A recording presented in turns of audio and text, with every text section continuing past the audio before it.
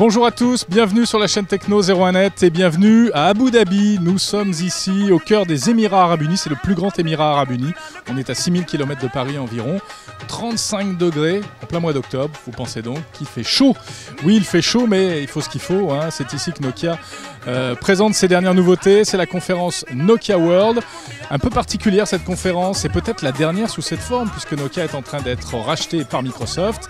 Alors, ils nous ont concocté une tablette, la première du genre, 2 phablettes, smartphone grand écran et puis d'autres petites choses. On y va.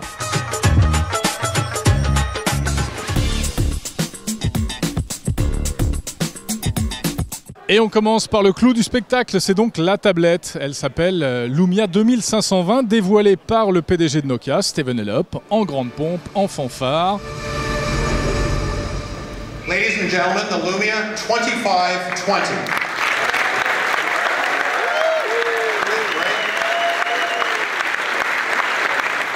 La Lumia 2520 qui, lorsque l'on se penche un petit peu dessus, ressemble étrangement à la tablette Surface de Microsoft. Et oui, parce que c'est donc une tablette sous Windows 8. Alors Windows 8.1 RT, la version allégée, vous le savez, de Windows, avec un écran de 10,1 pouces. C'est la même taille d'écran que la Surface. En revanche, le produit au global est un petit peu plus petit, un peu plus léger.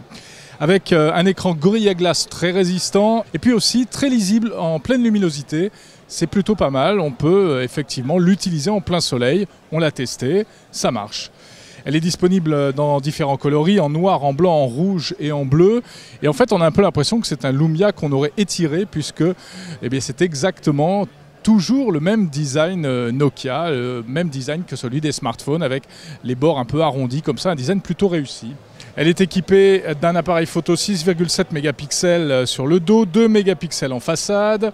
Elle sera compatible avec la 4G française, ça c'est plutôt pas mal. Alors elle sera disponible en France à la fin de l'année, cette tablette, avec un prix très agressif. On n'a pas encore le prix français, mais en dollars, c'est annoncé à moins de 500 $, ce qui est quand même moins cher que la tablette Surface de Microsoft. A noter que comme pour la Surface, il y a un accessoire ici qui est donc une couverture dans laquelle se cache un clavier mécanique plutôt de bonne facture. Il a l'air plus résistant, plus solide, plus rigide en fait que le clavier de Microsoft. C'était le défaut qu'on pouvait reprocher d'ailleurs à ce clavier de Microsoft qui avait tendance à se tordre quand on l'avait sur les genoux. À noter qu'il y a 2 ports USB, ce qui permet d'étendre la connectivité, mais ce très joli clavier sera vendu en option, 150 $ de plus. Eh oui, que voulez-vous. Donc Windows RT, on retrouve la suite Microsoft Office préinstallée, ça c'est pas mal. En revanche, comme c'est Windows RT, n'espérez pas installer n'importe quel logiciel Windows, ça ne fonctionnera pas. Alors l'autre annonce de ce Nokia World, c'est un smartphone. Bah oui, il en faut un évidemment, et même 2 smartphones et pas n'importe lesquels. Des smartphones qui jouent dans la catégorie poids lourd, des grands écrans 6 pouces tous les deux, des phablettes comme on dit, les premiers phablettes signés Nokia. Et il y en a 2, pourquoi? Parce qu'il y en a un qui est mieux que l'autre, forcément, le 1520 et le 1320, précision avec Xavier Desor de Nokia France. On est passé aux 6 pouces chez Nokia. On en a un plus haut de gamme équipé d'un 20 mégapixels qui prend des superbes photos avec l'application Carnet de voyage, l'équivalent de Storyteller en anglais.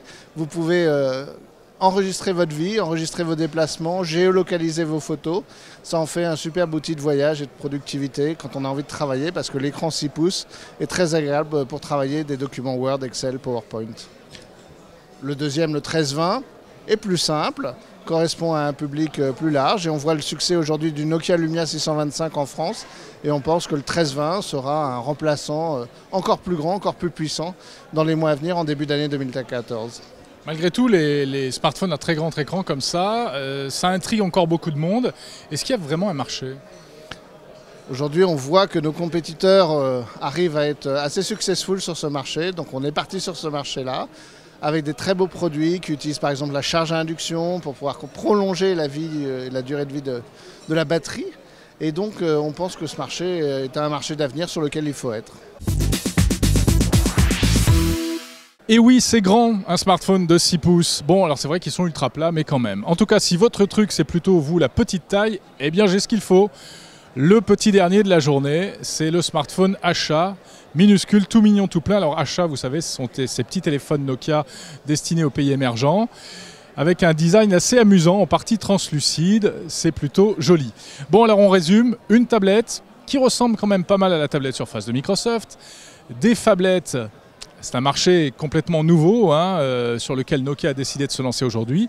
Et puis aussi les achats. Que faut-il penser au global de ces annonces? Le point de vue de notre consoeur Elsa Bambaron du Figaro. Ce qu'on voit vraiment s'élaborer là, c'est une vraie stratégie de gamme, avec une véritable homogénéité. C'est quelque chose que Nokia avait perdu depuis assez longtemps avec des produits très hétéroclites sur le marché.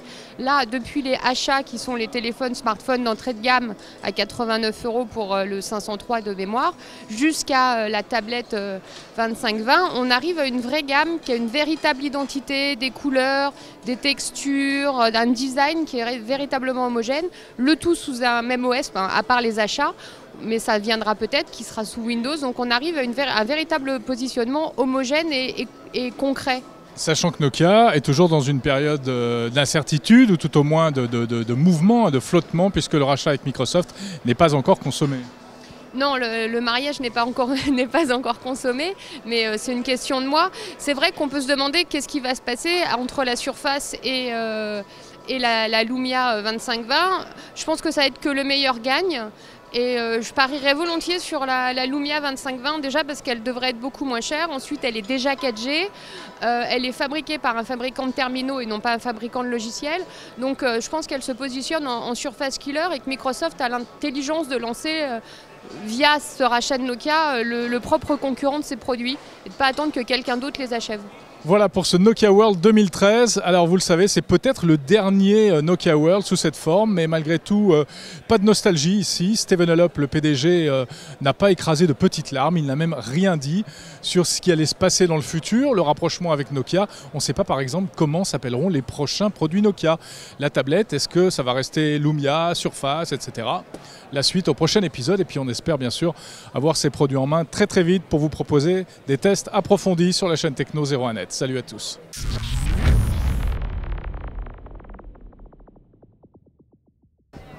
Putain, je suis chaud bouillant, c'est-à-dire des smartphones à très grand écran, presque des tablettes. Bon, alors, visite du propriétaire.